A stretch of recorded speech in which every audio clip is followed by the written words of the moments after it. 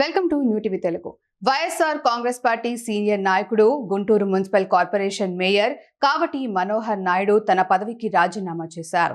రాజీనామా పత్రాన్ని జిల్లా కలెక్టర్కు పంపించారు. ఈ సందర్భంగా ఆయన విలేకరులతో మాట్లాడారు.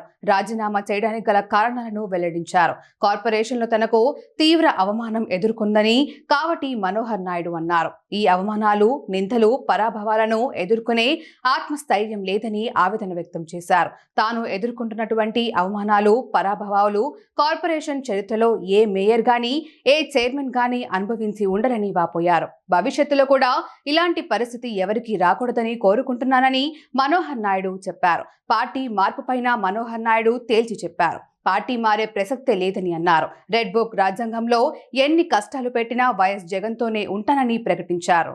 దీన్ని గుర్తించుకోవాల్సిన అవసరం ఎంతైనా ఉంది. ఎందుకంటే చెప్పాక ఇప్పుడు మళ్ళీ చెబుతున్నా, మున్సిపల్ కార్పొరేషన్ ఎంప్లాయీ కొడుకు ఈరోజు మేయర్ అయ్యాడంటే ఆ భగవంతుడు సాక్షిగా, పైన భగవంతుడి సాక్షిగా చెప్తా ఉన్నా, మా జగనన్న సాక్షిగా చెప్తా ఉన్నా. ఎన్ని కేసులు పెట్టినా, ఎన్ని ఇబ్బందులు గురి చేసినా నేను మా జగనన్న వదిలిపెట్టే పరిస్థితి లేదు. తప్పకుండా వైఎస్ఆర్ కాంగ్రెస్ పార్టీలో కొనసాగుతాను. ఈరోజు చెప్తా ఉన్నా, ఎందుకంటే నాకు కూడా ఆత్మస్థైర్యం కోల్పోయింది. ఇక ఈ అవమానాలు, ఈ నిందలు, ఈ యొక్క పరాభవాలు ఎదుర్కొనేటువంటి శక్తి నాకు కూడా లేదు. ఈరోజు నేను ఏదైతే నేను అనుకుంటా ఉన్నానో, నా మేయర్ పదవికి ఈరోజు నేను రిజైన్ చేయబోతా ఉన్నాను.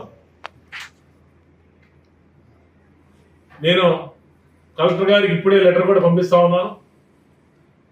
ఇన్ని అవమానాలు చరిత్రలో ఏ మేయరు, ఏ చైర్మన్ కూడా చవి చూడలేదు, భవిష్యత్తులో కూడా చూడకూడదని చెప్పేసి నేను కోరుకుంటాము. ఎందుకంటే ఇది ఒక సపరేట్ బాడీ, లోకల్ బాడీస్ అనేది. రాష్ట్ర ప్రభుత్వాలు వస్తూ ఉంటాయి, పోతూ ఉంటాయి. ఎందుకంటే ఇవన్నీ ఉండి కూడా ఇన్ని అవమానాలు ఎదుర్కొన్నాను. కనీసం నా సిబ్బంది, కనీసం నాకు ఆఫీస్కి వెళ్తే కనీసం ఆఫీసులో తలుపు తీసేటువంటి పరిస్థితి కూడా లేదు నాకు. ఇక నేను ఆ కుర్చీలో కూర్చోడానికి నా మనసు పూర్తిగా అంగీకరించేటువంటి పరిస్థితి లేదు. ఒకటైతే స్పష్టంగా చెప్తా ఉన్నా, ఇంకోటి కూడా చెప్తా ఉన్నా, రేపు 17వ తారీఖు స్టాండింగ్ కమిటీ సమావేశంతో పాటు 16వ తారీఖు అంటే రేపు ఆదివారం పీవీకే నాయుడు కూరగాయల మార్కెట్కి సంబంధించి ఒక సమావేశం పెట్టాలని అని చెప్పేసి కౌన్సిల్ హాల్లో దానికి బెమ్మసాని చంద్రశేఖర్ గారు రాబోతామని నాకు తెలిసింది.